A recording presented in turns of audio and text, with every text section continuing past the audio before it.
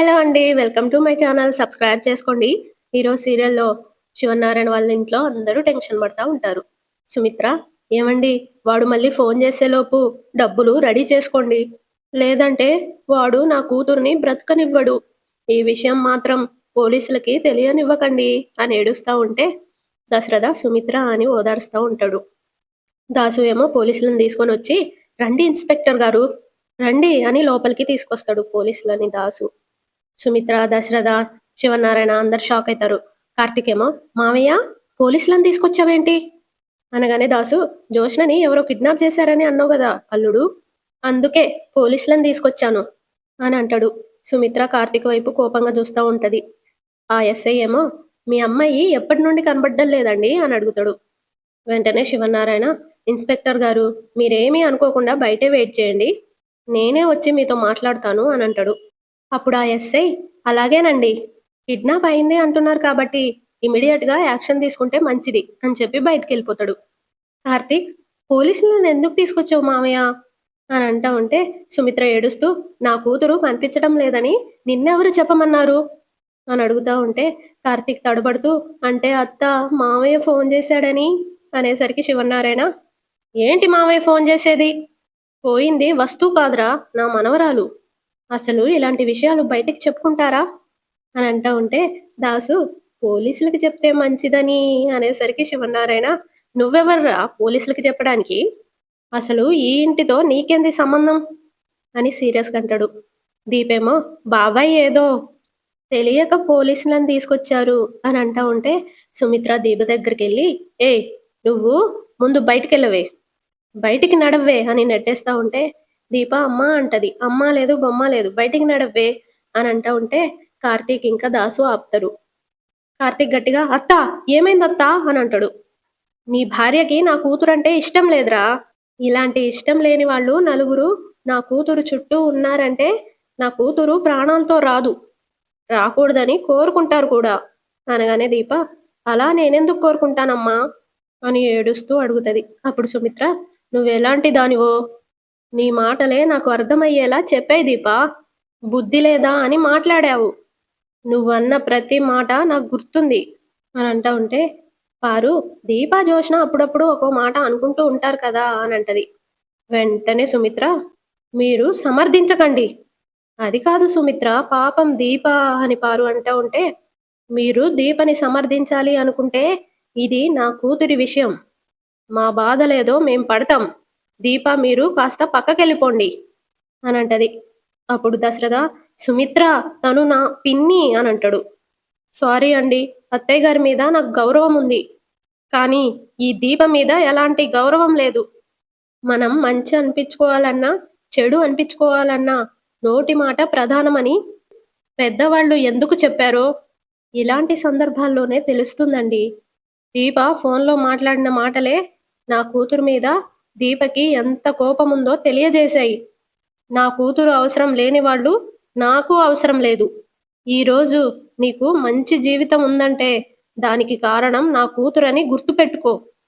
ఆ రోజు హాస్పిటల్లో నా కూతురు నీ చెయ్యి వదిలేసుంటే నీ అడుగులు నా ఇంటి గుమ్మంలో పడేవి కావు. దీప ఏడుస్తా ఉంటది.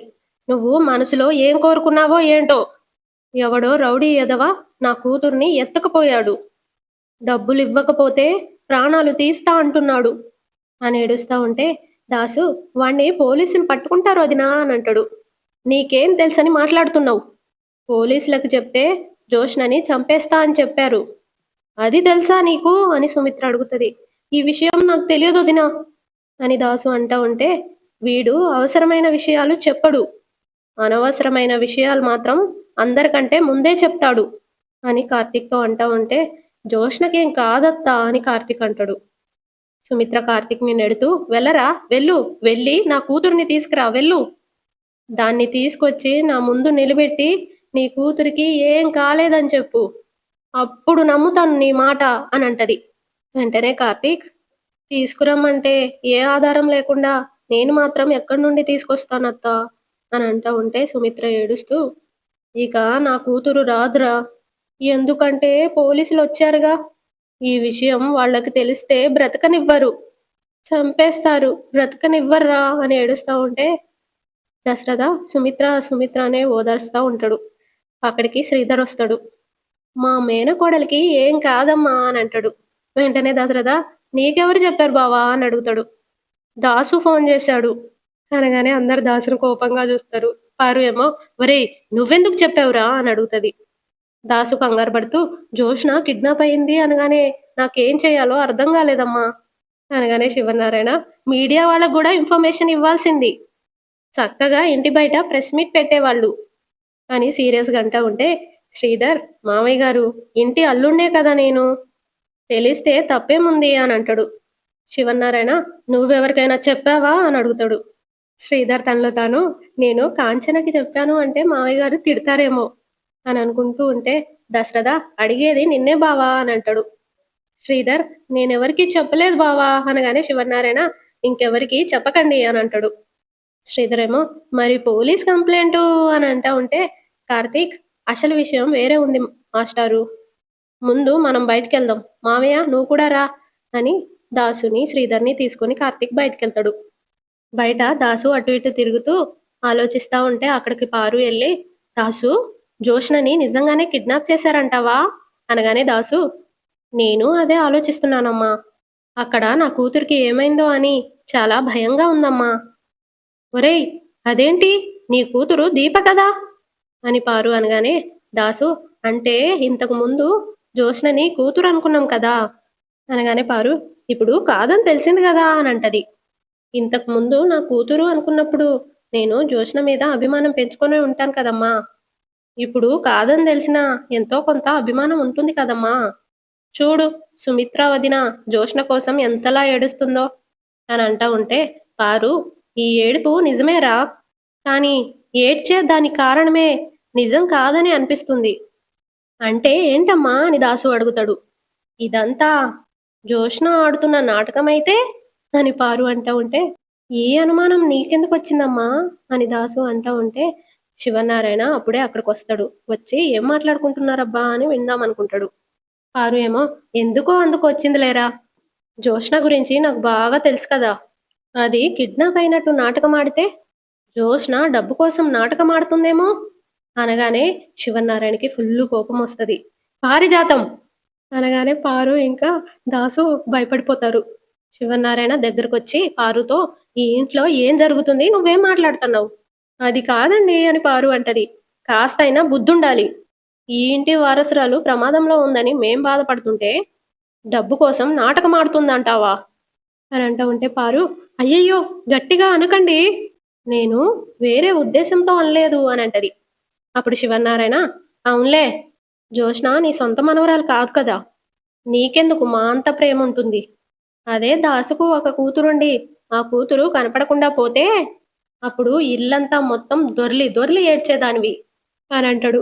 దాసు ఏమో తనలో తను మీరు తెలియకుండా అన్నా సరిగ్గానే అన్నారు, జోష్న నా కూతురే సార్ అని అనుకుంటాడు.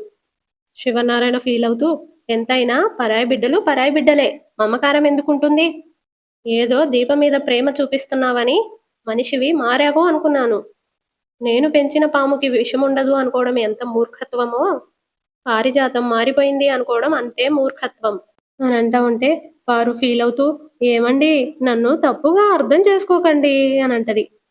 వెంటనే శివనారాయణ సరే నువ్వన్నట్టు జోష్న డబ్బు కోసమే నాటకం ఆడుతుంది అనుకుందాం, తనకేంటి అంత అవసరం, ఏ తన డబ్బు అడిగితే నేను ఇవ్వనా, ఇస్తారండి అని పారు అంటది.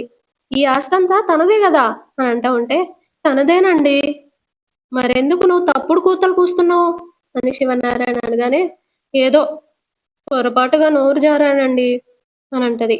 జారింది అంటే పొరపాటు వెనుక కారణాలు లేకుండా పోవు పారిజాతం, ఏ నువ్వేమైనా జోష్నకి అలాంటి సలహాలు ఇచ్చావా అని అడుగుతాడు. పారు కంగారు పడుతూ అమ్మ తోడు లేదు లేదు లేదండి అని అంటది. వెంటనే శివనారాయణ నిప్పులేందే పొగరాదు పారిజాతం, సామెత పాతదే అయినా అది అన్ని కాలాలకు వర్తించే మాట, నీ నోట్లో నుండి ఇలాంటి మాటలు వస్తున్నాయి అంటే నీకేదో తెలిసింది. దాసు అనగానే సార్ అని దాసు అంటాడు. నువ్వేమైనా చెప్పావా అని అడుగుతాడు.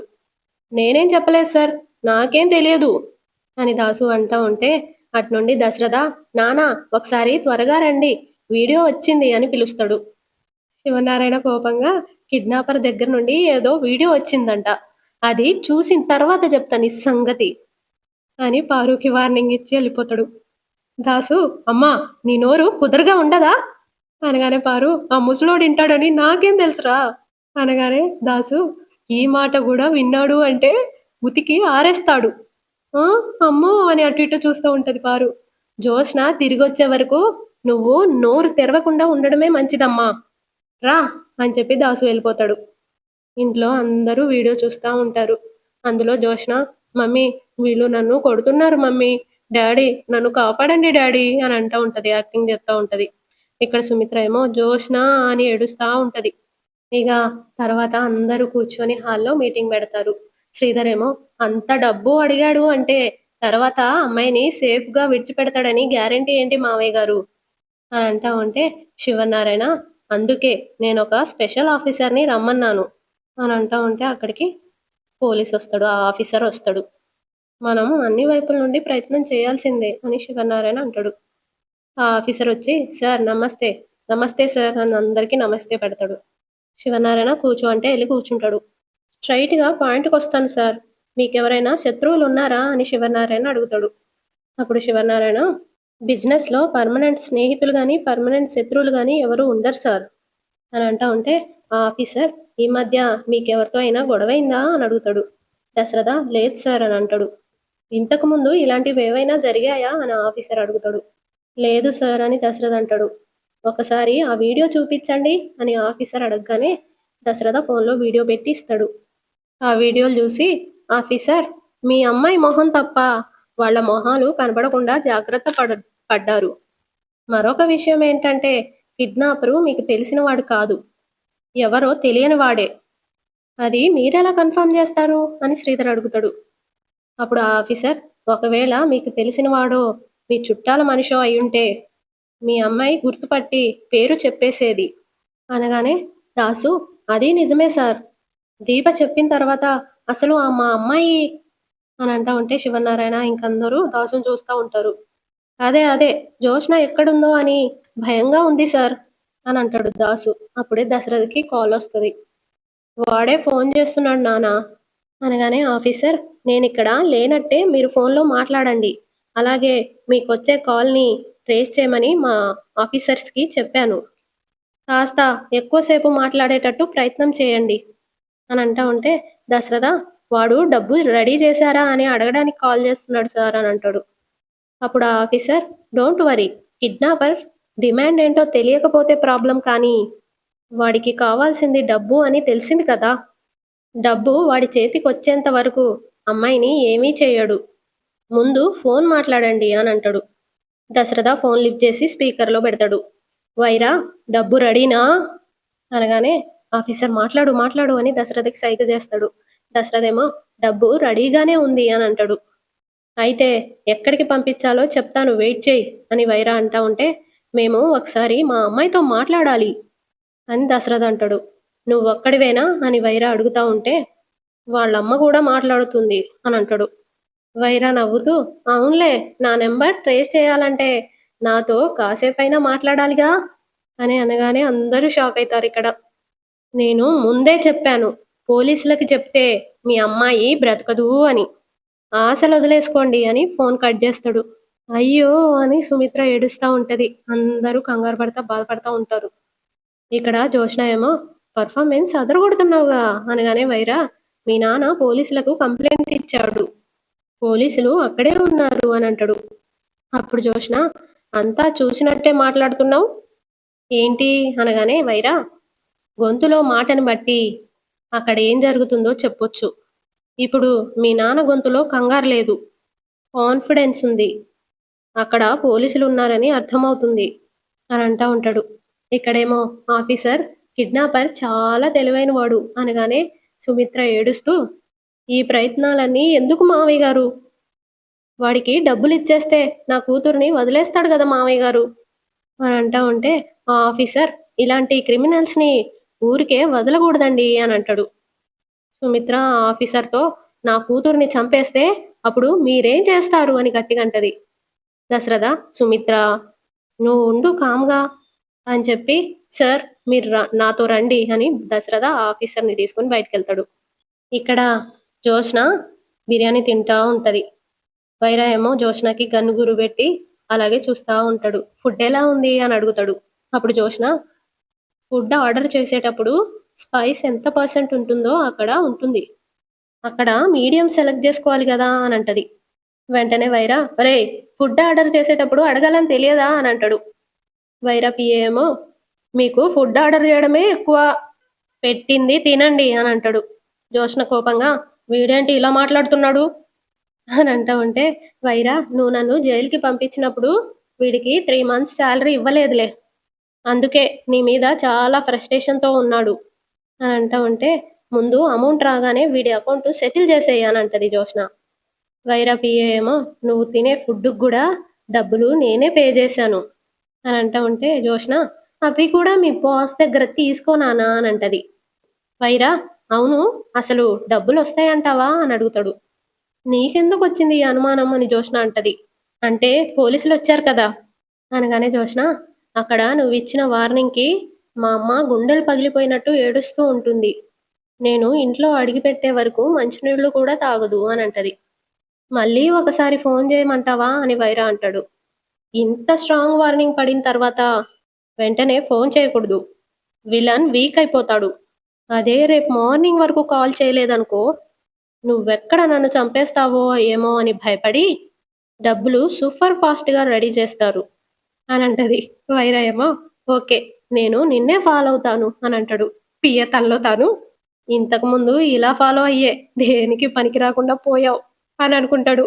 వైరా ఏమో, ఒరేయ్ అర్థమైందిరా, ఈసారి అంతా బ్లైండ్గా ఫాలో అవ్వను అని గన్ గురి పెడతాడు. అమౌంట్ రాకపోయినా పోలీసులు మనల్ని పట్టుకునే ప్రయత్నం చేసినా ఈవిడ గారిని చంపేసి బాడీని ఇంటికి పంపించండి అని అంటాడు. వైరా పిఏ, నేను రెడీ బాస్ అని అంటాడు. వైరా అని అంటాడు. జోష్న తనలో తాను, ఈ వైరాగాడు నిజంగానే చంపేసేలా ఉన్నాడు అని అనుకుంటూ ఉంటది.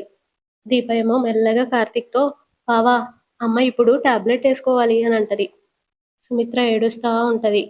కార్తీక్ ఏమో, ముందు నువ్వు ఏడు పాపత్తా, జోష్నని క్షేమంగా తీసుకురావడానికి కావాల్సిన ప్రయత్నాలన్నీ జరుగుతున్నాయి, ముందు మొహం కడుక్కొని టాబ్లెట్ వేసుకొని రెస్ట్ తీసుకో అనగానే సుమిత్ర కోపంగా, నీ కూతురు కూడా బాధ కనపడకుండా పోతే నేనెంత బాధపడుతున్నానో నీకు అర్థమయ్యేదిరా అని అంటది. ఎవరి కూతురైనా ఒకటే అత్త, నీ బాధని నేను అర్థం చేసుకోగలను, కానీ నేను నీ ఆరోగ్యం గురించి ఆలోచిస్తున్నాను అనగానే సుమిత్ర ఏడుస్తూ, నా ప్రాణమే పోయేలా ఉంటే ఆరోగ్యం అంటావేంట్రా అని అంటది. దీప, అందరూ నీ గురించే చెప్తున్నారు కదమ్మా అనగానే సుమిత్ర, నీ సానుభూతులు నీ ఓదార్పులు నాకు అవసరం లేదు, నా కూతురు నన్ను కాపాడుకుంది కానీ నా కూతుర్ని నేను కాపాడుకోలేకపోతున్నాను అని తల బాదుకుంటూ ఏడుస్తూ ఉంటది. ఇంట్లో వాళ్ళందరూ బాధపడతా ఉంటారు. శ్రీధర్ ఏమో, చెల్లమ్మ ఇలాంటి టైంలో మనం కాస్త ధైర్యంగా ఉండాలమ్మా అనగానే సుమిత్ర, పక్కగా నొక్క కూతురు అన్నయ్య, వాడెవడో తెలియదు, ఎక్కడుంటాడో తెలియదు, మీ కూతురు మీద ఆశలు వదిలేసుకోండి అని చెప్పి వాడు ఫోన్ పెట్టేశాడు అని అంటా ఉంటే, కార్తీక్ కోపంగా, వాడు ఆశలు వదిలేసుకోమన్నాడని జోష్న చచ్చిపోయింది అనుకుంటున్నావా అని అంటా ఉంటే, దీప, బావా ఎందుకలా మాట్లాడుతావు, అమ్మా మీరు ముందు టాబ్లెట్ వేసుకోండి అనగానే సుమిత్ర, నువ్వు కాసేపు కనిపించకు దీప, డబ్బుతో పోయే సమస్యని మీ ఆయన ప్రాణాలు పోయేంత వరకు తీసుకొచ్చాడు. కార్తీక్ దండం పెడుతూ, సారీ అత్త, తప్పు నాదే, నేను దాసు మావయ్యకి చెప్పకుండా ఉండాల్సింది, నా వల్లే ఇంత పెద్ద సమస్య వచ్చింది అంటున్నావు కదా, జోష్నకి ఏం కాకుండా తీసుకొచ్చే బాధ్యత నాది. మాస్టారు నువ్వు దీపం తీసుకొని ఇంటికెళ్ళు అనగానే దీప, నేను ఇక్కడే ఉంటాను బావా అని అంటది. వెంటనే కార్తీక్, పరిస్థితి నీకు అర్థమవుతుంది కదా మాస్టారు, మీరు ఇంటికెళ్ళండి అని అంటాడు.